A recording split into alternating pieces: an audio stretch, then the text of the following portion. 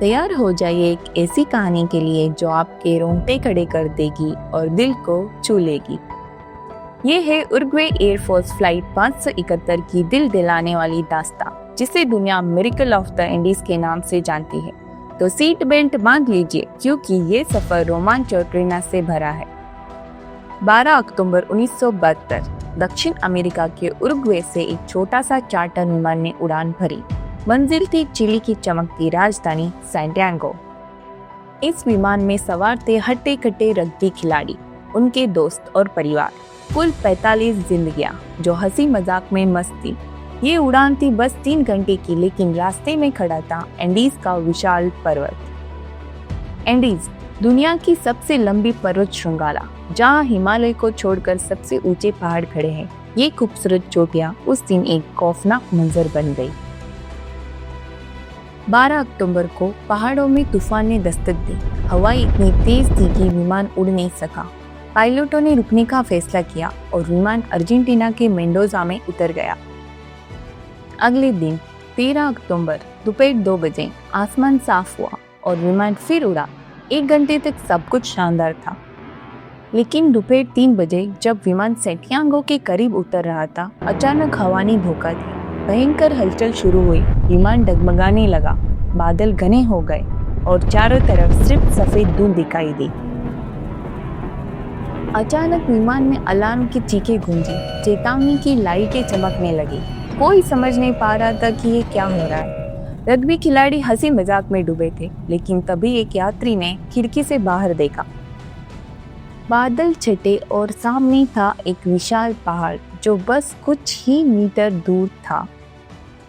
पायलटों ने घबराहट में विमान को ऊपर उड़ाने की पूरी ताकत झोंक दी। ग्राउंड कोलिजन अलार्म चीख रहा था, लेकिन वक्त ने साथ नहीं दिया। विमान का पिछला हिस्सा पहाड़ से टकराया। पूरा रियर हिस्सा टूटकर अलग हो गया। पीछे की 2 सीटें, जिनमें 3 यात्री थे, हवा में उड़ गए और गायब हो गए। विमान कुछ सेकंड तक ऊपर चढ़ा, लेकिन फिर अचानक नीचे गोता लगाने लगा।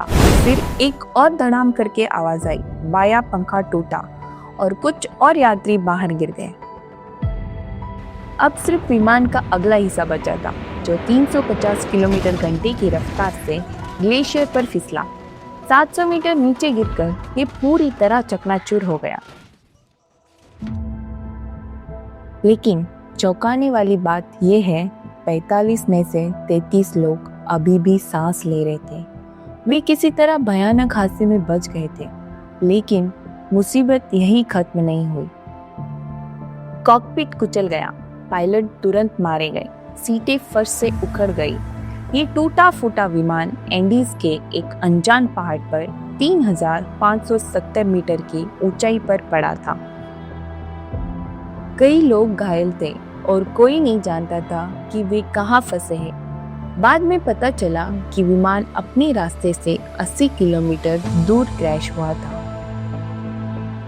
यहीं से शुरू होती है एक ऐसी जंग जो जिंदगी और मौत के बीच थी।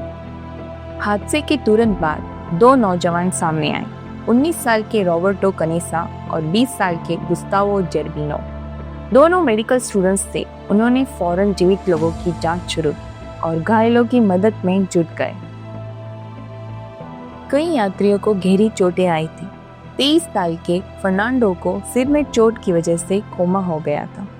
इन 2 नौजवानों ने दिन रात एक कर दी ताकि बचे हुए लोग जिंदा रह सके।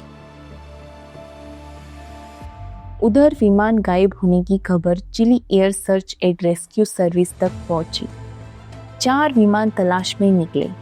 शाम से रात तक उन्होंने क्रैश साइट ढूंढने की कोशिश की, लेकिन कुछ नहीं मिला। विमान सफेद था और चारों तरफ सफेद बर्फ। इसे ढूंढना वैसा ही था जैसे बर्फ में सुई तलाशना। 13 अक्टूबर की रात बचे हुए लोग उम्मीद से भरे थे। उन्हें लगा कि अगर वे ठंडी रात काट ले तो अगले दिन कोई उन्हें ढूंढ लेगा। लेकिन उस बर्फीली रात में 5 घायल लोग जिंदगी की जंग हार गए। 33 में से 28 लोग बचे। बचने वालों ने टूटे विमान को आश्रय बनाया, सामान, सीटें और बर्फ से विमान का पिछला हिस्सा बंद किया ताकि ठंड से बचा जा सके। 14 अक्टूबर को अर्जेंटीना, चिली और उरुग्वे के 11 विमान तलाश में जुटे। तलाश का इलाका सही था, लेकिन फिर भी क्रैश साइट नहीं मिली। बचे हुए लोगों ने लिपस्टिक से विमान की छत पर यसो यस लिखने की कोशिश की, लेकिन लिपस्टिक खत्म हो गई। फिर सूटकेस से बर्फ पर बड़ा क्रॉस बनाया ताकि ऊपर से उड़ने वाले विमान देख सके, लेकिन ये सब बेकार। उस दिन 3 विमान उनके ऊपर से गुजरे। वे चिल्लाए, हाथ हिलाया, लेकिन कोई नहीं रुका। एक और दिन यूं ही निकल गया। 15 अक्टूबर को उन्हें एहसास हुआ कि जिंदा रहने के लिए पानी चाहिए। फिटोस्टॉच नामक के एक यात्री ने गजब का दिमाग लगाया। उसने धातु की चादर को सोलर कलेक्टर बनाया और सूरज की किरणों से बर्फ पिघलाई और खाली शराब की बोतलों में पानी जमा किया। सीटों के कुशन को स्नो शूज और सीट कवर की ऊन को ठंड से बचने के लिए इस्तेमाल किया गया। 16 अक्टूबर को हादसे के तीसरे दिन फर्नांडो कोमा से जागा। जागते ही उसे पता चला कि उसकी मां की मौत हो चुकी थी और 19 साल की बहन गंभीर रूप से घायल थी। उसने बहन को बचाने की जी तोड़ कोशिश की, लेकिन 8 दिन बाद उसकी बहन भी चल बसी। ऐसे हादसे हमें सिखाते हैं कि जिंदगी अनमोल है। हर पल को जियो, क्योंकि कल का कोई भरोसा नहीं। 21 अक्टूबर को हादसे के 8वें दिन बाद सर्च टीम ने हार मानी। उन्हें लगा कि इतने दिन बाद कोई जिंदा नहीं बचा होगा। 142 घंटे की तलाश के बाद ऑपरेशन बंद। लेकिन बचे हुए लोगों ने हिम्मत नहीं हारी। उन्हें विमान की सीटों में एक ट्रांजिस्टर रेडियो मिला। रग्बी खिलाड़ी रॉय हार्ले, जो इलेक्ट्रॉनिक का शौकीन था, रेडियो चालू किया। लंबा एंटीना बनाकर आखिरकार रेडियो चला, लेकिन ये सिर्फ सुन सकता था, मैसेज भेज नहीं सकता था। हादसे के 11वें दिन रेडियो से खबर आई कि सर्च ऑपरेशन बंद हो गया है। ये सुनकर सबके दिल टूट गए। कुछ रोए, कुछ प्रार्थना करने लगे, लेकिन फर्नांडो ने हार नहीं मानी। 11वें दिन तक खाना खत्म होने वाला था। उनके पास बस 8 चॉकलेट के बार, एक मसल्स का टीन, 3 छोटे जाम के जार, कुछ बादाम, मूंगफली, खजूर कैंडी और शराब की बोतलें थी। खाना राशन किया गया। फर्नांडो ने एक चॉकलेट और मूंगफली को 3 दिन तक खाया, लेकिन यही काफी नहीं था। 3800 मीटर की ऊंचाई पर न पेड़ थे न जानवर। खाना पूरी तरह खत्म। कुछ लोगों ने सीटों का कपड़ा और चमड़ा खाने की पूरी कोशिश की, लेकिन बीमार पड़ गए। तब भूख से मरने की नौबत आई। बचे हुए लोगों ने एक ऐसा फैसला किया जो सुनकर आप चौंक जाएंगे। जीवित रहने के लिए उन्होंने अपने दोस्त और परिवार के मृत शरीर खाने का फैसला किया। We have to eat, and the only proteins are the dead bodies of the people that were in this plane. ये आसान नहीं था। मरने वाले उनके दोस्त, सहपाठी, रिश्तेदार थे। रॉबर्ट कनीसा ने ये सुझाव दिया और सबसे पहले कोशिश की। कुछ लोग मना कर रहे थे, लेकिन 2 दिन बाद उनके पास भी और कोई रास्ता नहीं बचा था। 29 अक्टूबर को हादसे के 16 दिन बाद ये खाद्य स्रोत भी कम होने लगा। कोई योजना नहीं थी। तभी रात को एक जोरदार आवाज आई। बर्फ ने टूटे विमान को ढक लिया और 8 लोग बर्फ में दबकर मर गए। अब सिर्फ 19 लोग बचे थे। फर्नांडो ने धातु की रॉड से बर्फ में छेद किया ताकि हवा आए। 2 दिन की मेहनत के बाद उन्होंने सुरंग खोदकर सतह पर पहुंचे, लेकिन बाहर निकलते ही एक और बर्फीले तूफान ने दस्तक दी। वे फिर बर्फ की गुफा में लौट गए। 3 दिन बाद मौसम साफ हुआ। अब उन्हें यकीन हो गया कोई बचाने नहीं आएगा। जिंदा रहना है तो खुद कोशिश करनी होगी।